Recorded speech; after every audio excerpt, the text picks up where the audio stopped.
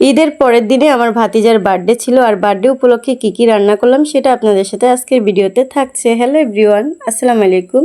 কেমন আছেন সবাই? আমি আল্লাহর রহমতে ভালো আছি। একটা মাত্র ভাতিজা আমাদের, ঈদের পরের দিনে হচ্ছে ওর বার্থডে ছিল। এখানে হচ্ছে আমি বাসমতি চাউল 1 কেজি ধুয়ে নিয়েছি, আর হচ্ছে বিরিয়ানি করব, মানে কাচ্চি করব। আর এখানে হচ্ছে ডিমের পুডিং বানাবো, কারণ এখন যে পরিস্থিতি হয়েছে কেকও পাচ্ছে না। কারণ ভাবি না একটা মানে ভুল করে ফেলছে, আমাদেরকে যদি আগে বলতো যে ওর বার্থডে ঈদের পরের দিন, আমরা কেকের অর্ডারটা আগে দিয়ে রাখতাম। তো ভাবি হচ্ছে ঈদের পরের দিন সকালবেলা আমাদেরকে বলতেছে আজকে ওর বার্থডে। কী করব, তাড়াহুড়ো করে হচ্ছে আমার ছোট বোনটা গেছে আমাদের এখানে বাড়িয়াট বাজারে, যে 3-4 দোকানে খুঁজছে, কোথাও কেক পাচ্ছে না। লাস্টে একটা কেক পেয়েছে, অতটা ভালো লাগে না, যাই হোক তাও আনছি, কারণ ছোট বাচ্চা, ওর তো একটু মনটা খুশি করতে হয়। যদিও বার্থডে করা যে এতটা মানে জায়েজ কিংবা হাদিসে আছে ওরকম বিষয় না, এমনি বাচ্চাদের মন খুশির জন্য করা আর কি। যাই হোক, এখানে হচ্ছে আমি সকালবেলায় মাংসগুলোকে মেরিনেট করে রেখেছিলাম, মানে একটু ভাত রান্না করছে তখন ওই চুলায় একটু সিদ্ধ করে রাখছিলাম মাংসগুলোকে। তারপর হচ্ছে এখন শুধু দিয়ে দিচ্ছি। আর আজকে জানেন তো, চাউলগুলোর প্যাকেটের মধ্যে হচ্ছে পোকা ছিল, মানে পোকে ধরে গেছে, যে চাউলের একটা কালো কালো পোক আছে সেটা ধরে গেছে। সেজন্য আমার মনে হয় চাউলগুলো একটু ভেঙে গেছে।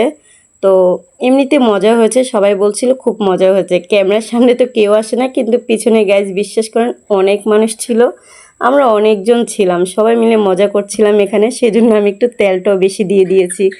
যাই হোক, এমনিতে দেখবেন যখন আগ্রহ করে কোনো কিছু রান্না করা হয় সেটাতে একটু গোলমাল হয়ে যায়।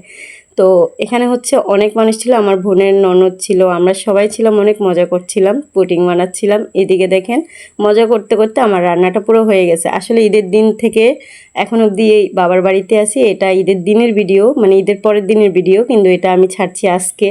যাই হোক, কেমন হলো মানে রান্নাটা অবশ্যই কমেন্টে জানাবেন। তো এই তো আমার ভাতটা হয়ে গেছে, আমি হচ্ছে বেরেস্তা দিয়ে এটা দমে দিয়ে দিচ্ছিলাম। যেহেতু একটু পোকা লেগে গেছে সেজন্য একটু হচ্ছে চাউলটা ভেঙে গেছে।